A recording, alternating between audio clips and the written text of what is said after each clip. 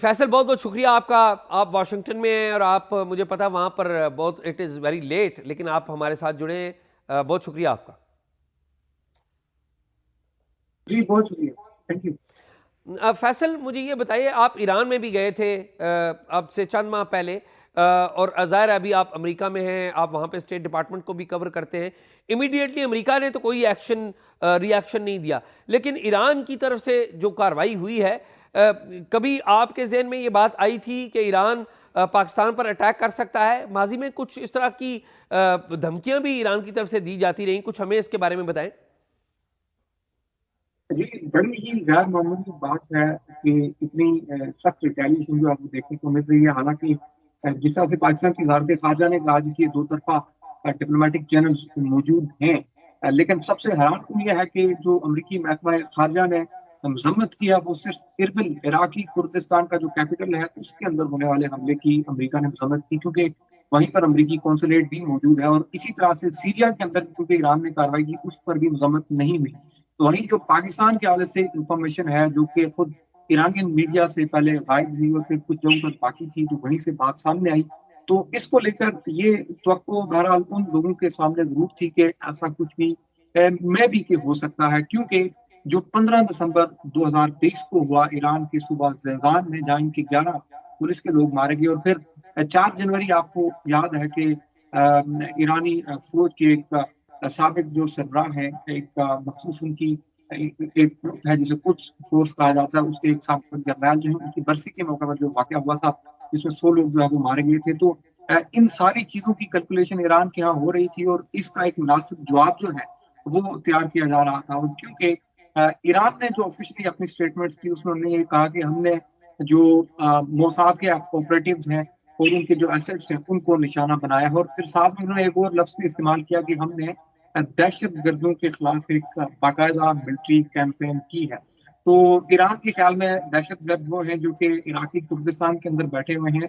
और most of the जो events Iran के अंदर होते हैं, जैसे कि वो 10 लोग जो ईरान ने 4 जनवरी के किरमान के अंदर वाकई के हवाले से पकड़े, जो कि साबिक जनरल की बरसी पर जिन्होंने 2 धमाके किए थे, उनका ताल्लुक भी ईरान ने मोसाद से जो है वो प्रूव किया। और फिर सीरिया के अंदर इसलिए कार्रवाइयां की गई कि वहां से जो है वो मोसाद के ऑपरेटिव जो है वो मौजूद हैं। पाकिस्तान के हाल से सबसे जो कंसर्न थे वो इसलिए थे कि सूबा बलूचिस्तान जो है वहां पहले एक ग्रुप बड़ा एक्टिव रहा था। आपके इल्म में है कि 2003 में उसकी बुनियाद रखी गई थी, जंदुल्ला जिसे कहा जाता है, जंदुल्ला। 2000 बहुत एक्टिव रहा था। इस ग्रुप के हवाले से अगर ये कहा जाए कि पाकिस्तान की तरफ से दो तरफा तावन नहीं है तो ये बात गलत होगी। तावन पाकिस्तान की तरफ से रहा है, लेकिन थोड़ा सा हम ये देखते हैं कि पाकिस्तान के अंदर सियासी हुकूमत है या फिर जो मिलिट्री एस्टेब्लिशमेंट है उनकी तरजीहात और उनका जो दो तरफा लेवल ऑफ कम्युनिकेशन है वो हमें शायद उस पर बहुत सारे सवाल नजर आते हैं। वो इसलिए क्योंकि आपको भी खुद सर से याद होगा कि 2008 में इसी जो इस वक्त जो जैश अदल है इसका जो पुराना, आप जिसको कह लें कि जो इसका जहां से ये निकली जिसको जंदुल्ला कहा जाता है, उसके जो फाउंडर थे उनके जो छोटे भाई हैं उन्हें पाकिस्तान। अब्दुल रहमान रेगी, उनको हमने हवाले भी किया था, ईरान के हवाले किया था अब्दुल रहमान रेगी को। जी बिल्कुल इसी तरह से फिर अगर आप देखें तो 2010 में इसी जंदुल्ला के जो सरबराह हैं वो ईरान ने खुद ही उन्हें पकड़ लिया था। और मीनवाइल आप 2010 से ऑनवर्ड आते हैं तो आपको जैश अल अदल जो है वो एक निकलती हुई नजर आती है, एक नया ऑफशूट नजर आता है और इसकी कार्रवाइयां 2012 से शुरू होती हैं। हमारे पास तो बाद ऐसे इतलात भी मौजूद हैं कि 2012 में भी ईरान ने बलूचिस्तान की इन्हीं इलाकों में बड़े महदूद पैमाने की कार्रवाइयां की, लेकिन वो उस तरह से सामने नहीं आ सकी क्योंकि तब बड़ा डिफरेंट था मामला। और कुछ बाखबर सहाफी जो है वो इस बारे में ट्वीट भी कर चुके हैं, जो कि बिल्कुल इस वक्त चीजें रिकॉर्ड पर मौजूद हैं। लेकिन जब आप 2012 से ऑनवर्ड आते हैं, जैश अल अदल की आप कार्रवाइयां देखते हैं तो एक पूरी लंबी तफसील है। मैं अगर आपको इजाजत दें तो शार्ट भी आपको बता सकता हूँ।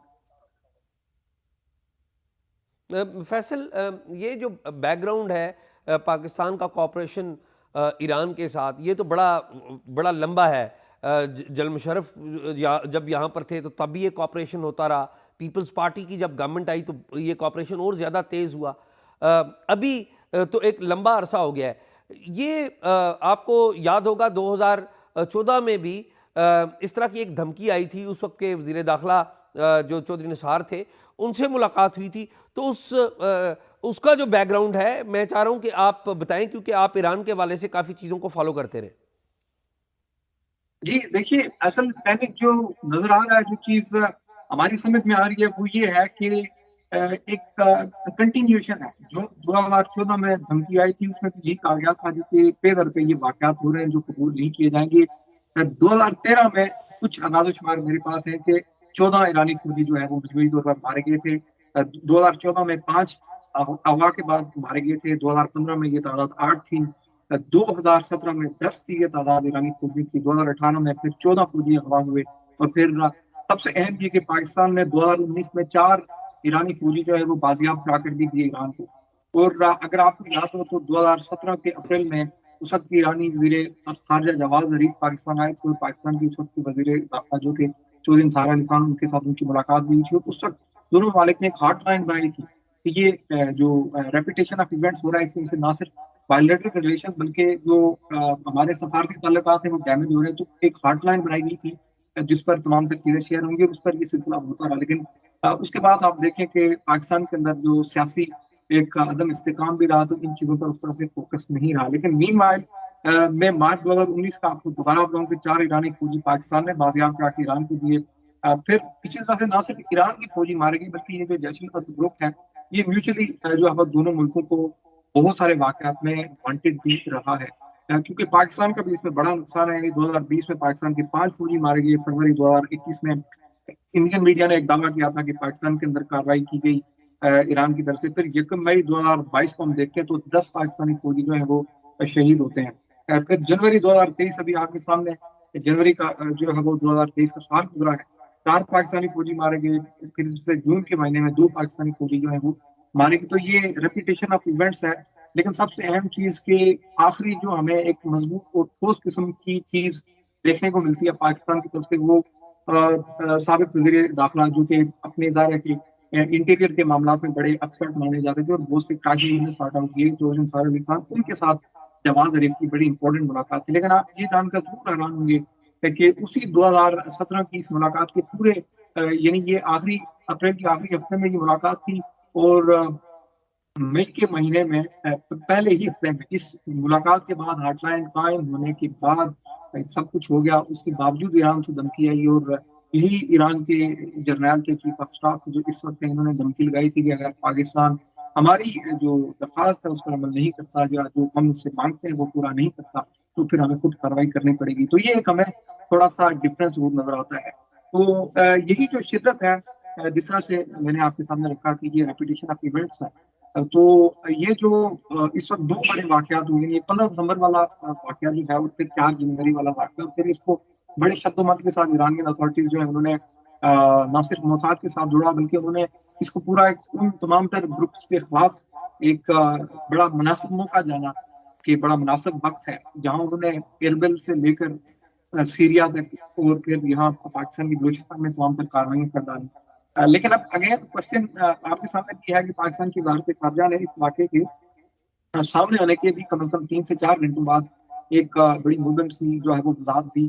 और इसमें जो सबसे आप कह सकते हैं कि जो मोस्ट कंसर्न अथॉरिटीज हैं अभी तक उनका जवाब आना बाकी है क्योंकि आपके इल्म है कि वो इससे पहले इस तरह के कुछ वाकयात पर वो वजाहतें दे चुके हैं। तो फैसल, आपकी अंडरस्टैंडिंग क्या कहती है कि अभी जो पाकिस्तान और ईरान के जो ताल्लुकात हैं वो तो ज़रा एक टेंस दौर से गुजर रहे हैं, बल्कि बहुत ज़्यादा टेंस की दौर, क्या ये फर्दर एस्केलेट करेगा? आपकी अंडरस्टैंडिंग क्या है या ये कूल डाउन होगा?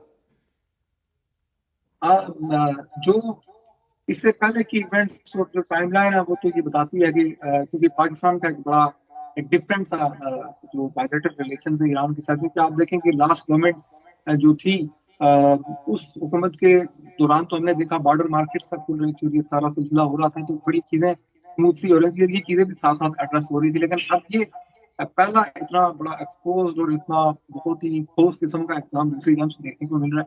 इसका रिस्पांस तो जाहिर है कि मिलिट्री का रिस्पांस मिलिटरीली होता है। लेकिन यहाँ नोयत जरा मसले का और उसमें जाहिर है कि पॉलिसी के इश्यूज हैं। आप ये जानकर भी जरूर हैरान होंगे कि ये इतना बड़ा वाक़या उस वक्त भी हो रहा है जब कोई ये मफरूजा भी नहीं कर सकता कि कहीं ना कहीं पाकिस्तान अब सऊदी अरब की खुशामद में जवाबी वार करे या ये ईरान के अंदर जो हुआ वो सऊदी अरब ने पाकिस्तान के जरिए से किया या कुछ ऐसे ग्रुप, ये क्वेश्चन भी अपनी जगह मौजूद है। तो बज़ाहिर ये लगता है कि इस पर कोई रिटेलिएशन जो मिलिट्री पॉइंट ऑफ व्यू से वो नहीं नजर आती। डिप्लोमेटिक लेवल पर शायद के इन्वेस्टर्स भी कॉल हो सकते हैं और डिप्लोमेटिकली कोई स्ट्रॉन्ग मैसेजिंग हो सकती है।